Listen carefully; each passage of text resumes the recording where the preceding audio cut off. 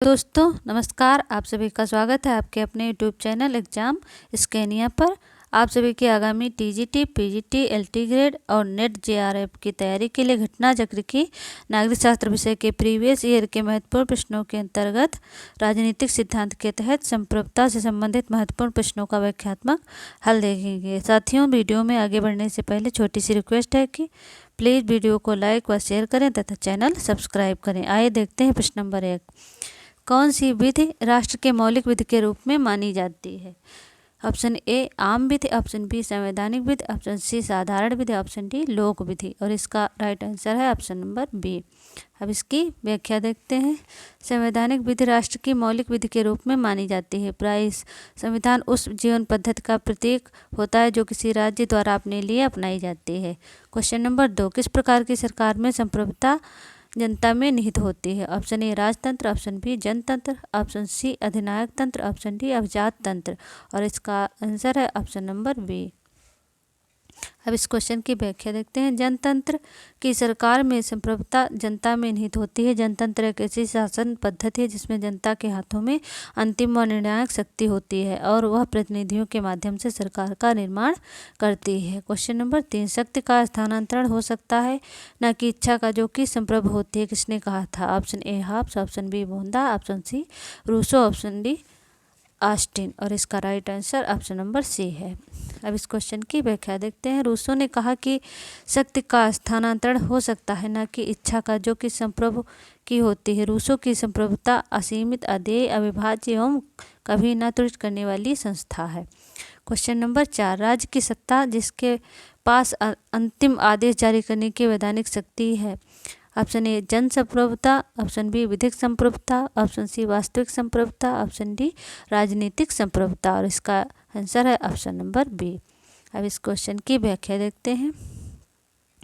शासन व्यवस्था के अंतर्गत वास्तविक कार्य संचालन की दृष्टि से संप्रभुता के दो रूप माने गए हैं, विधिक संप्रभुता और वास्तविक संप्रभुता। राज्य में अंतिम आदेश जारी करने की वैधानिक शक्ति विधिक संप्रभुता में निहित होती है।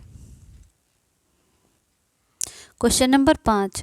ऐसे कानून को क्या कहते हैं जो राज्य द्वारा निर्मित एवं राज्य के क्षेत्र के अधीन सभी लोगों पर लागू होता है? ऑप्शन ए पारंपरिक कानून, ऑप्शन बी अंतर्राष्ट्रीय कानून, ऑप्शन सी राष्ट्रीय कानून, ऑप्शन डी ऐतिहासिक कानून।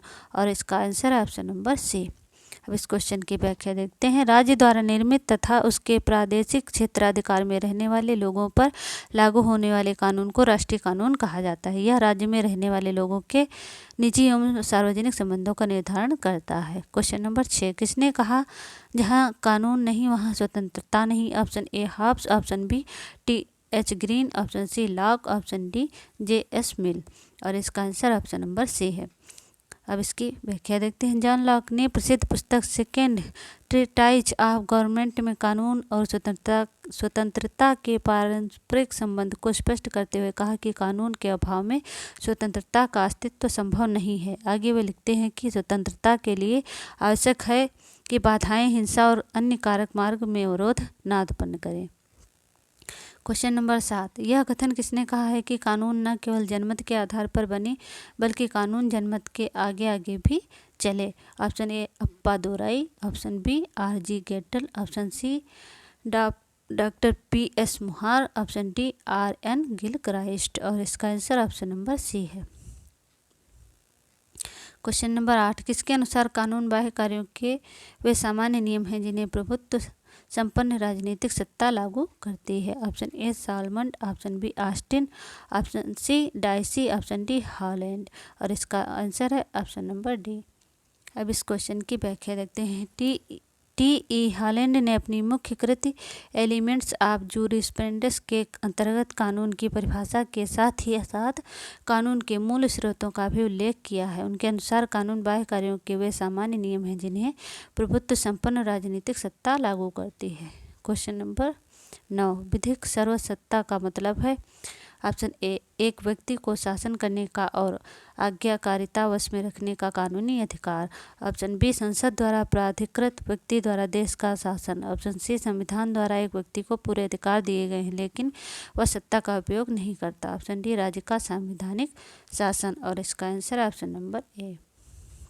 अब इस क्वेश्चन की व्याख्या देखते हैं।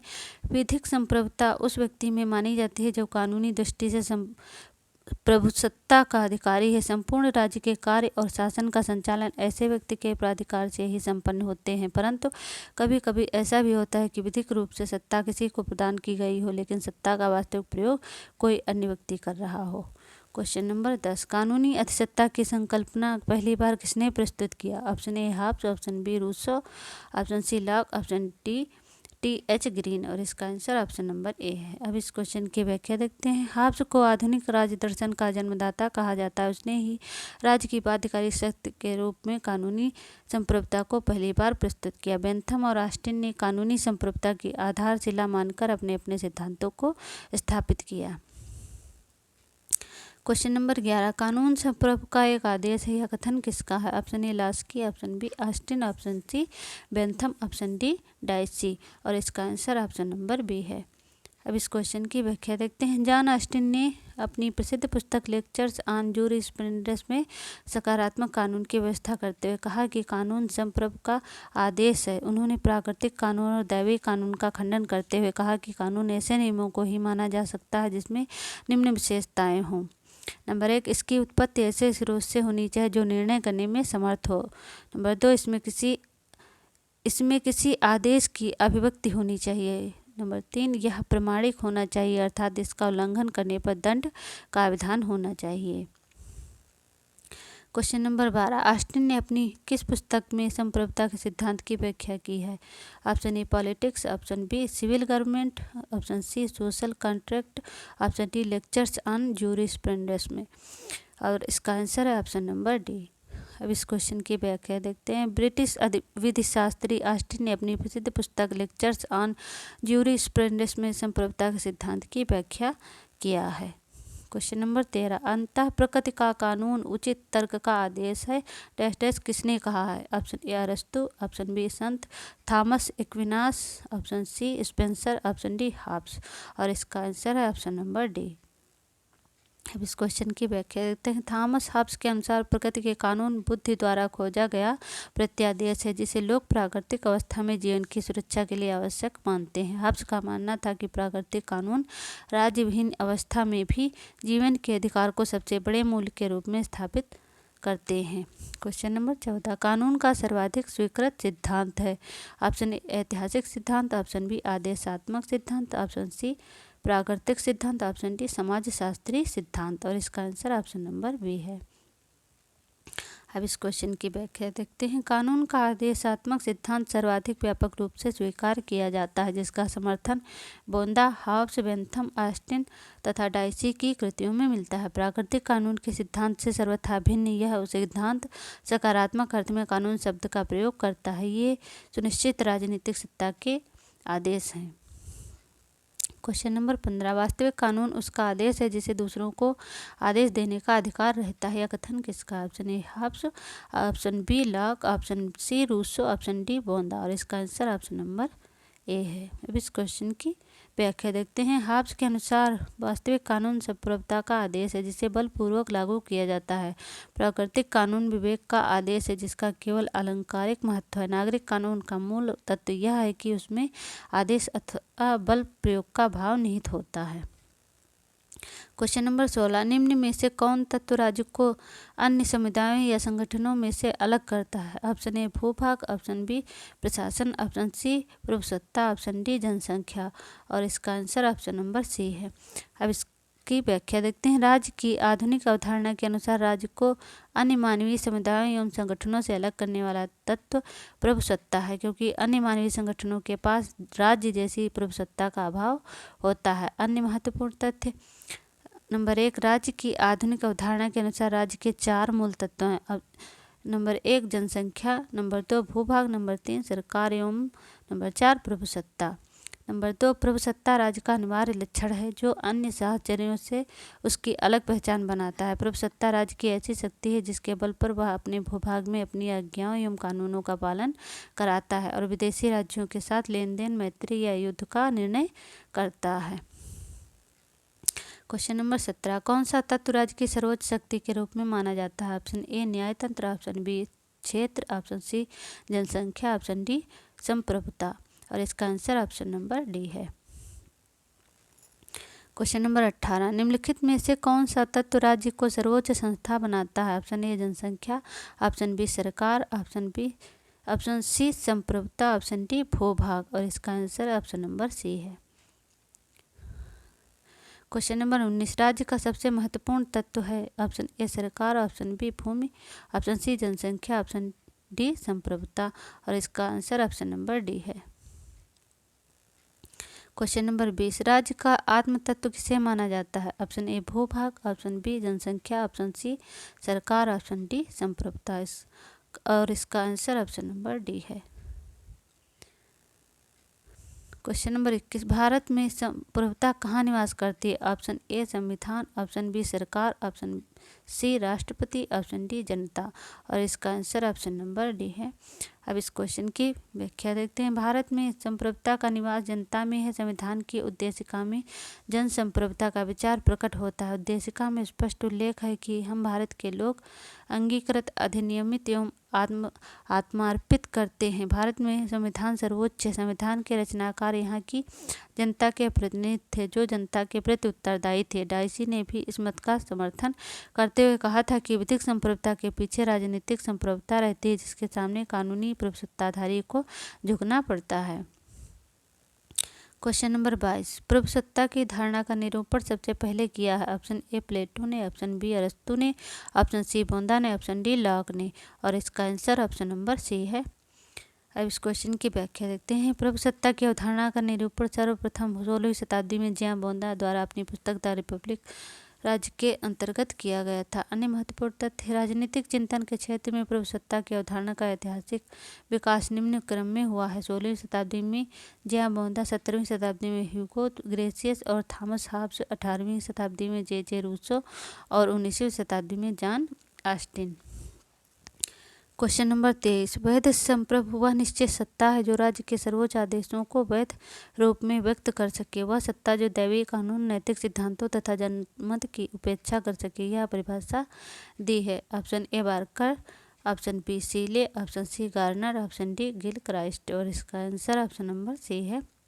अब इस क्वेश्चन की व्याख्या देखते हैं। संप्रभुता राज्य का सबसे प्रमुख तत्व है। इसके बिना राज्य की कल्पना नहीं की जा सकती है। राज्य अपने इसी लक्षण के कारण आंतरिक दृष्टि से सर्वोच्च और बाह्य दृष्टि से स्वतंत्र होता है। गार्नर ने संप्रभुता को परिभाषित करते हुए कहा कि वैध संप्रभु वह निश्चित सत्ता है जो राज्य के सर्वोच्च आदेशों को वैध रूप में व्यक्त कर सके, जो दैवीय कानून, नैतिक सिद्धांतों तथा जनमत की उपेक्षा कर सके। ओपनहाइम के अनुसार संप्रभुता सर्वोच्च प्राधिकार है जो हर मौलिक प्राधिकार से स्वतंत्र या उसके ऊपर है। ग्रेशियस के अनुसार संप्रभुता सर्वोच्च राजनीतिक शक्ति है। यह उस व्यक्ति में निहित होती है जिसके कार्यों पर किसी अन्य का नियंत्रण नहीं होता है और जिसकी इच्छा का उल्लंघन नहीं किया जा सकता। क्वेश्चन नंबर 24, राजनीतिक संप्रभुता राज्य के उन प्रभावों का समूह है जो कानून के पीछे रहती है। यह कथन किसका है? Option A Dicey, option B Gilchrist, option C Barker, option D Bryce, और इसका आंसर ऑप्शन नंबर बी है। अब इस क्वेश्चन की व्याख्या देखते हैं। राजनीतिक संप्रभुता के राज्य के उन प्रभावों का समूह है जो कानून के पीछे रहती है। कथन गिलक्राइस्ट का है। राजनीतिक विद्वानों ने वैधानिक संप्रभुता तथा राजनीतिक प्रभुसत्ता में अंतर किया है। वैधानिक संप्रभुता वह है जिसके पास कानून निर्माण तथा उसे लागू करने की सर्वोच्च शक्ति होती है तथा यही सत्ता कानून को परिवर्तित या निरस्त कर सकती है। ब्रिटेन की संसद वैधानिक संप्रभुता का सर्वोत्तम उदाहरण है। इसकी सर्वशक्तिमत्ता के बारे में डाइसी ने कहा है कि यह किसी अवयस्क को वयस्क घोषित कर सकती है, राजद्रोही को मृत्यु के बाद भी ताड़ित कर सकती है या अवैध बच्चे को वैध बना सकती है। यदि यह उचित समझे तो किसी व्यक्ति को अपने मामले में न्यायाधीश बना सकती है। परंतु राजनीतिक संप्रभुता निर्वाचक मंडल की शक्ति का द्योतक है। यही संसद को बनाती है तथा उसे बदल सकती है। डाइसी के शब्दों में, जिस संप्रभु को वकील लोग मानते हैं उसके पीछे दूसरा संप्रभु रहता है। इस संप्रभु के पीछे वैधानिक संप्रभु को सिर झुकाना पड़ता है। जिस इच्छा को राज्य के नागरिक मानते हैं वही राजनीतिक संप्रभु। उल्लेखनीय है कि राजनीतिक संप्रभुता की अवधारणा सर्वप्रथम डाइसी ने प्रस्तुत किया था।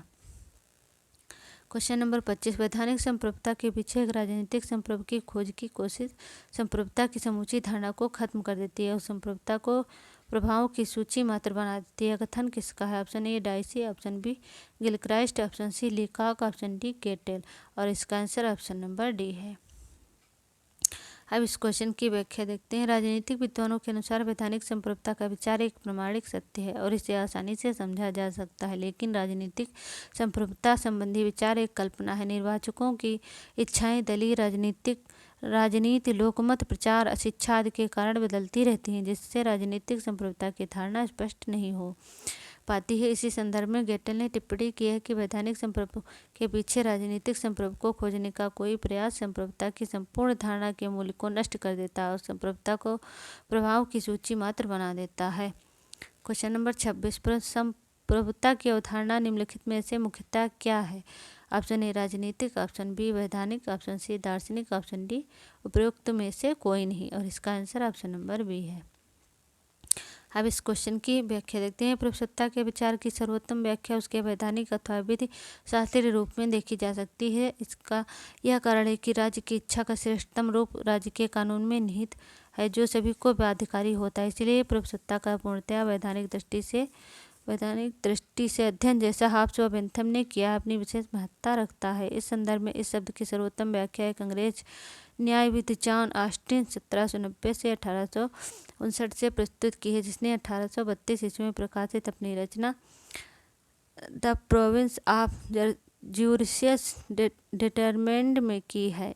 स्वयं पर क्वेश्चन नंबर 27 स्वयं के शरीर और मस्तिष्क पर व्यक्ति संप्रभु है, यह वक्तव्य किसका है? ऑप्शन ए जेरेमी बेंथम का, ऑप्शन बी रूसो का, ऑप्शन सी जॉन ऑस्टिन का, option D John Stuart Mill का। और इसका आंसर है ऑप्शन नंबर डी। अब इस क्वेश्चन की व्याख्या देखते हैं। उपयोगितावादी विचारक जे.एस. मिल ने अपने निबंध ऑन लिबर्टी में स्वतंत्रता संबंधी विचार का वर्णन किया है। वह स्वतंत्रता के दो रूप बताता है, एक स्वसंबंधी तथा दूसरा पर संबंधी। स्वसंबंधी स्वतंत्रता के विषय में मिल कहता है कि इस पर राज्य को कोई नियंत्रण नहीं लगाना चाहिए, क्योंकि स्वयं पर स्वयं के शरीर और मस्तिष्क पर व्यक्ति संप्रभु है। पर संबंधी स्वतंत्रता में वह राज्य के हस्तक्षेप की अनुमति देता है। स्व संबंधी स्वतंत्रता का वर्णन करते समय पागलों तथा सनकियों को भी स्वतंत्रता देने की वकालत करता है, जो कि स्वच्छंदता का रूप लेती है। उसके इसी विचार की आलोचना करते हुए बारकर कहता है कि मिल एक खोखली स्वतंत्रता तथा अमूर्त व्यक्ति का संदेश वाहक रह जाता है। क्वेश्चन नंबर 28 बाह्य संप्रभुता की अवधारणा को किसने दिया है? Option A Grotius, option B Oppenheimer, option C Kant, option D Rousseau.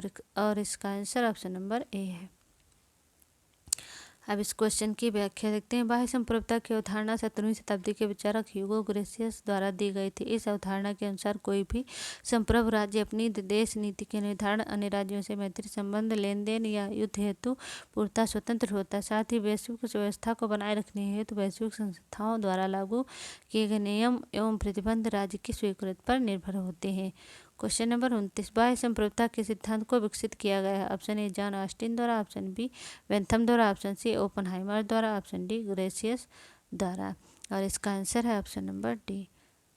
Question number 30 संप्रभुता की आधुनिक अवधारणा का प्रतिपादन किसने किया है? Option A Hegel, option B Machiavelli, option C Hobbes, option D बोंदा। और इसका आंसर है ऑप्शन नंबर डी। अब इसकी व्याख्या देखते हैं। संप्रभुता की आधुनिक अवधारणा का सर्वप्रथम प्रयोग व प्रतिपादन बोंदा ने राजतंत्र को औचित्यपूर्ण बनाने तथा पोप एवं सामंतों की सत्ता को सीमित करने के उद्देश्य से वर्ष 1756 में अपनी कृति द रिपब्लिका में किया। बोंदा ने राज्य को परिवारों एवं उनकी मिलीजुली संपदा का ऐसा संगठन कहा जहाँ एक सर्वोच्च शक्ति और उसके विवेक का शासन चलता है।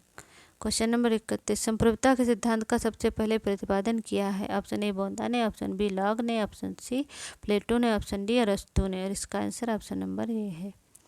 क्वेश्चन नंबर 32 निम्न में से किस वर्ग के विचारकों को संप्रभुता की व्याख्या करने का श्रेय दिया जाता है? ऑप्शन ए बोंदा, मार्क्स और ऑस्टिन, ऑप्शन बी बोंदा, मार्क्स और Hegel, option C Hegel, Lasswell और हस्टन, ऑप्शन डी बोंदा, ग्रेसस और ऑस्टिन। और इसका आंसर ऑप्शन नंबर डी है।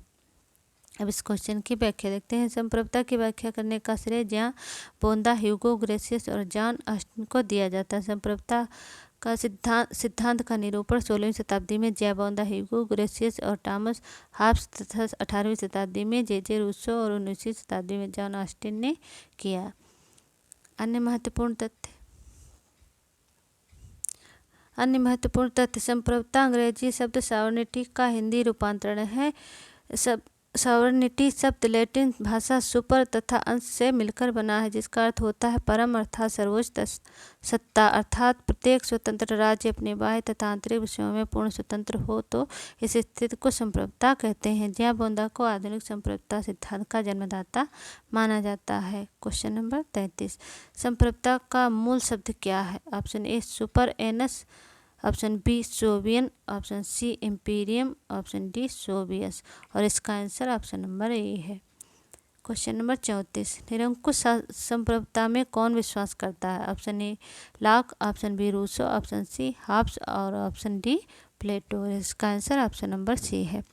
अब इस क्वेश्चन की व्याख्या देखते हैं। हॉब्स निरंकुश संप्रभुता का एक प्रमुख समर्थक था। उसके अनुसार तलवार के बिना संविधाएं केवल शब्द मात्र हैं। अन्य महत्वपूर्ण तथ्य, निरंकुश या अमर्यादित संप्रभुता के समर्थक विचारक ज्याबोंदा, Thomas Hobbes, Jeremy Bentham, John Austin तथा हेगल आदि हैं।